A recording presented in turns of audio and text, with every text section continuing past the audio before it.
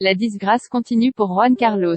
Face au procureur de la Cour suprême espagnole ce lundi 22 mars, et à en croire les informations du journal El País, Álvaro de Orléans a fait de nouvelles révélations sur sa fortune, dans le cadre d'une enquête pour corruption lancée au mois de juin 2020.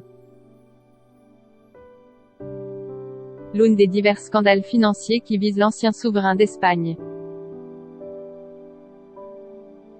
Le cousin lointain du roi émérite n'exclut pas de lui demander le remboursement de plus de 8 millions d'euros à un moment ou à un autre.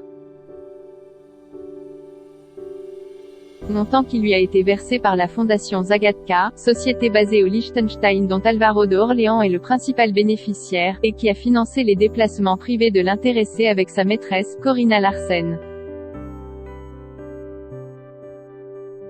Une volonté de rupture avec la tradition familiale? J'ai créé la fondation à la demande de mon père, avait résumé Álvaro de Orléans, fils du duc de Galliera, auprès de la presse espagnole en 2020.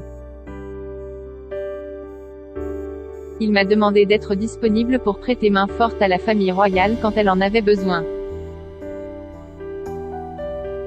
Mon grand-père l'a fait, mon père l'a fait et je voulais le faire.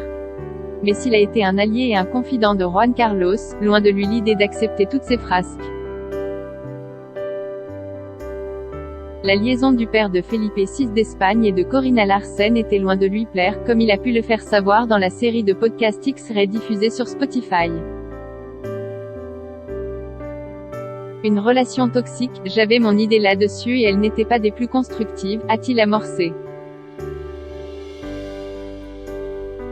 Avant de se souvenir d'une relation plutôt toxique qui ne présageait rien de bon.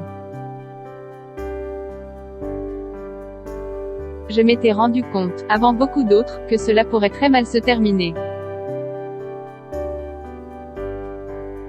J'en ai parlé avec d'autres personnes et elles m'ont toutes dit la même chose, tu ne peux pas lui en parler.